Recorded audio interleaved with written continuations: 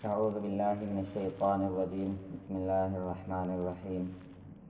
واذكروا نعمة الله عليكم وميثاقه الذي واثقكم به إذ قلتم سمعنا وأطعنا واتقوا الله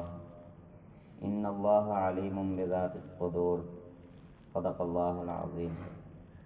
سورۃ المائدہ آیت نمبر 7۔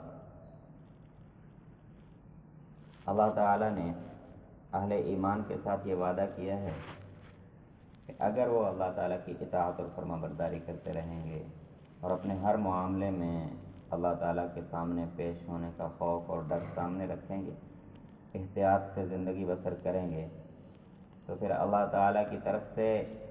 ان کے لیے راستے آسان کر دیے جائیں گے۔ دنیا کا گزر بسر، دنیا کی ضروریات،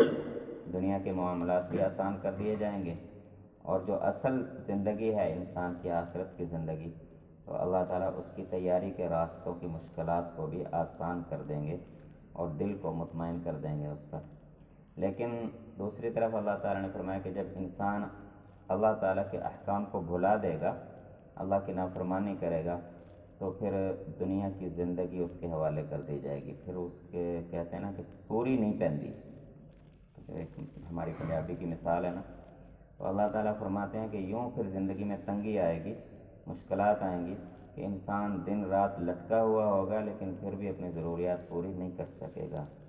تو یہ اللہ تعالیٰ کا اہل ایمان کے ساتھ وعدہ ہے۔ تو اللہ تعالیٰ فرماتے ہیں کہ وَاذْكُرُوا نِعْمَةَ اللَّهِ عَلَيْكُمْ، اللہ تعالیٰ کے اس انعام کو یاد رکھو جو اللہ تعالیٰ نے تم پر کیا ہے، کہ آخرت کی زندگی کے حوالے سے اللہ تعالیٰ نے تمہیں ایمان کی دولت عطا فرمائی، ہدایت عطا فرمائی، حضرت محمد صلی اللہ علیہ وسلم جیسے نبی عطا فرمائے، اور اس وعدے کو یاد رکھو جو اللہ تعالیٰ کے ساتھ تم نے ٹھہرایا ہے، اور اللہ نے تم سے جو وعدہ کیا ہے، وَمِيثَاقَهُ الَّذِي وَاثَقَكُم بِهِ، اللہ کے اس وعدے کو یاد رکھو جب تم نے کہا اِذْ قُلْتُمْ سَمِعْنَا وَأَطَعْنَا وَاتَّقُوا اللَّهَ، جب تم نے کہا تھا کہ ہم نے اللہ تعالیٰ کے احکام کو اللہ کے نبی صلی اللہ علیہ وسلم کی زبان سے سن لیا اور ہم نے ان کو تسلیم کر لیا، مان لیا، ہم اطاعت کریں گے، تو اللہ تعالیٰ نے فرمایا جب تم نے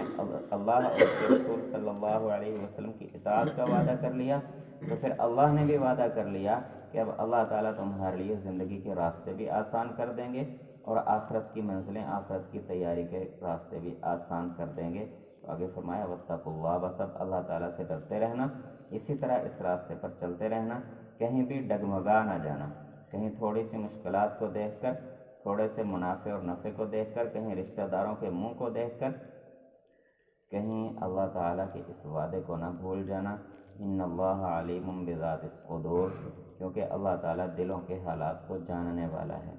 اب یہ اس آیت میں اتنی تاکید، اتنے وعدے کیوں یاد دلائے گئے کہ آگے وہی گواہی کا مسئلہ آ رہا ہے جو ہم چند آیات پہلے بھی پڑھ چکے ہیں، کہ جب انسان کے سامنے کوئی اپنا رشتہ دار آ جائے، اپنا دوست آ جائے، تعلق والا آ جائے، تو انسان گواہی سے بھی دائیں بائیں ہو جاتا ہے،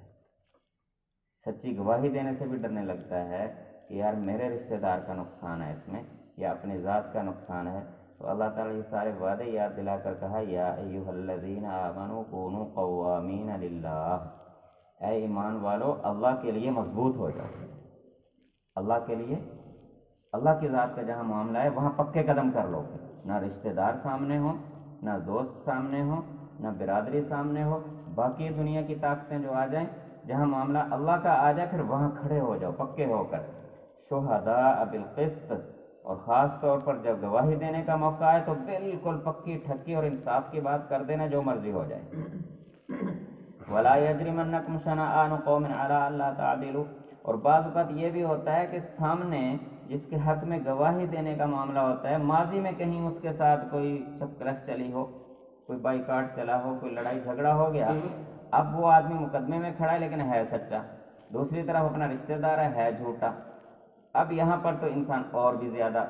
پریشان ہو جاتا ہے کہ یار اے نے تو ماضی ساڈے نال چنگی نہیں کی تھی، کوئی لڑائی جھگڑا رہا ہے، تو اللہ تعالیٰ فرماتے کہ پرانی باتوں کو یاد کر کے یہاں پر آ کر نہ ڈگمگا جانا، کہیں ایسا نہ ہو کہ ایسی قوم جس کے ساتھ سابقہ دشمنی تمہاری رہی ہو، اور آج تم عدل و انصاف کے معاملے میں، گواہی دینے کے معاملے میں یہاں پر آ کر پھسل جاؤ، اپنی ذات کو سامنے لے آؤ، صرف اللہ کے لیے اتنے مضبوط ہو جاؤ کہ اپنا دل بھی یہاں نہ مانے، وہاں بھی کہہ دو کہ بھائی میرا اللہ ہے۔ دل ایک طرف کر کے،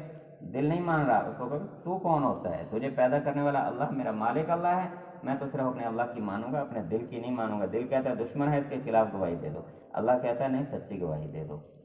علی اللہ تعدلوا، ایسا نہ ہو کہ تم انصاف کو چھوڑ دو، اعدلوا، ہر وقت انصاف پر قائم رہو، ہو اقرب للتقوی، کہ یہی تقوی والوں کا شعار ہے اور یہی اللہ کے تقوی کے قریب ترین معاملہ ہے۔ پھر فرمایا واتقوا اللہ، اللہ سے ڈرتے رہو، ان اللہ خبیر بما تعملون، بے شک اللہ تعالیٰ تمہارے ہر عمل کی خبر رکھنے والا ہے۔